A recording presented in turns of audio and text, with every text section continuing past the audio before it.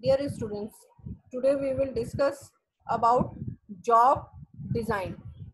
How we design the job. See, job design is the second step or the next step after job analysis.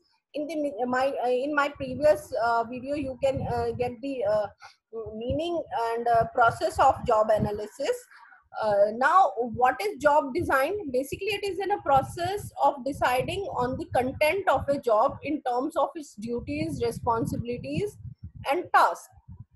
So here in job design, we design the duties, responsibilities, and tasks to be performed by each job holder in terms of technique, system, and procedure, and on the relationship. Also, we can here we make idea between the relationship with the job holder and the supervisor. So his supervisor, subordinate, and colleagues. So we can say it as a job design is a process of deciding on the content of a job in terms of its duties and responsibilities, on the methods to be used in carrying out the job, in terms of technique, system, and procedure, and on the relationship that should exist between the job holder and his supervisor, subordinate, and colleagues. See, in job design, first we analyze the duties and responsibilities to be carried out by the job holder, and what type of relationship the job holder is having the various people within the organization, then what technique, tools, and procedure is used to carry out that job. So it is an overall deciding the content of the job. Now in uh, in job analysis, in job design, we have two important things need to be considered. So you can say this is the objective of job design. First is to meet the organizational requirements such as higher productivity, operational efficiency, qualities of the product, services, etc. Means with the help of job design, we can easily meet out the requirement of the organizations related to productivity, operational, and efficiency. Second objective could be to satisfy the need of the individual employees like interest, challenges, achievement, or accomplishment. Now moving to the poorly job poorly designed job often result in, so what are the outcome if the job is not designed properly? So for these are the following circumstances or outcome if the job is not designed properly. The people may get bored, monotony get arise, there may increase in the labor turnover, then it reduced motivation as well, then less job satisfaction, productivity get reduced, and the organizational cost is also get increased. Now these are the techniques through which we design the job. So basically we apply four techniques. One is job rotation, job enlargement, job enrichment, and job specification. Now moving to the next, what is job specification? See, job, not specification, job simplification.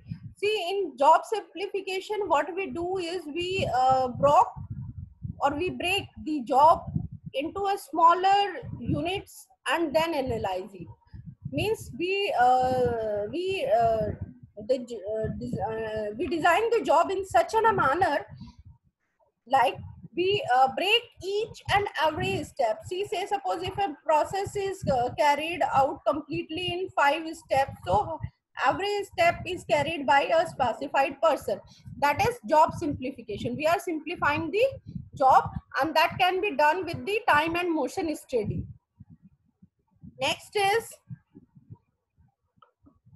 what are the advantages of job simplification? It required less training, less costly, increase in speed, definitely. Now job enlargement.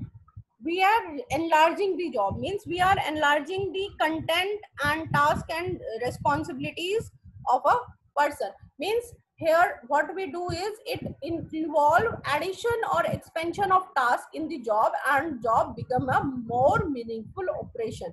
Means the job task, duties, responsibilities get increased in a horizontal manner. It is the strategy adopted by many organizations to combat the ill effect of division of labor. It focuses on enlarging the content of the job by adding tasks and responsibilities. Now, job enlargement, what it includes? It includes expansion of the scope and width of the job by meaning of assigning certain closely related operations. Like I am putting here an example.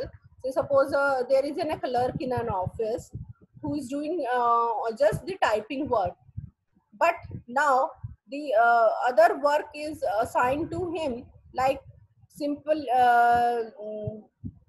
or you can say to improve his efficiency. Now the director or the manager ask him to just short it out their mails, filling the papers, and then uh, uh, analyze something related to his task. So that is the job enlargement. Now, job enrichment. Job enrichment is basically in a vertical line. It is direct outgrowth of Hertzberg two-factor theory of motivation, like achievement, recognition, responsibilities, and advancement and growth. So here, enrichment, we are enriching, we are giving more scope, wider motivational personals to the employees. It involves the vertical expansion of the job by increasing the amount of the workers. Like worker who previously only loaded boxes for delivery into a training may be given the responsibility of verifying that the customer order is correct or not. Now, job rotation.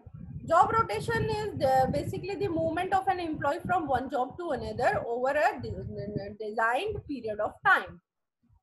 Here the person employee is role responsibilities get rotated from, he may shifted from one department to another, or some say suppose an employee who work on another job for some day or month and return back to his first job. So hope the meaning of job design is clear to you all.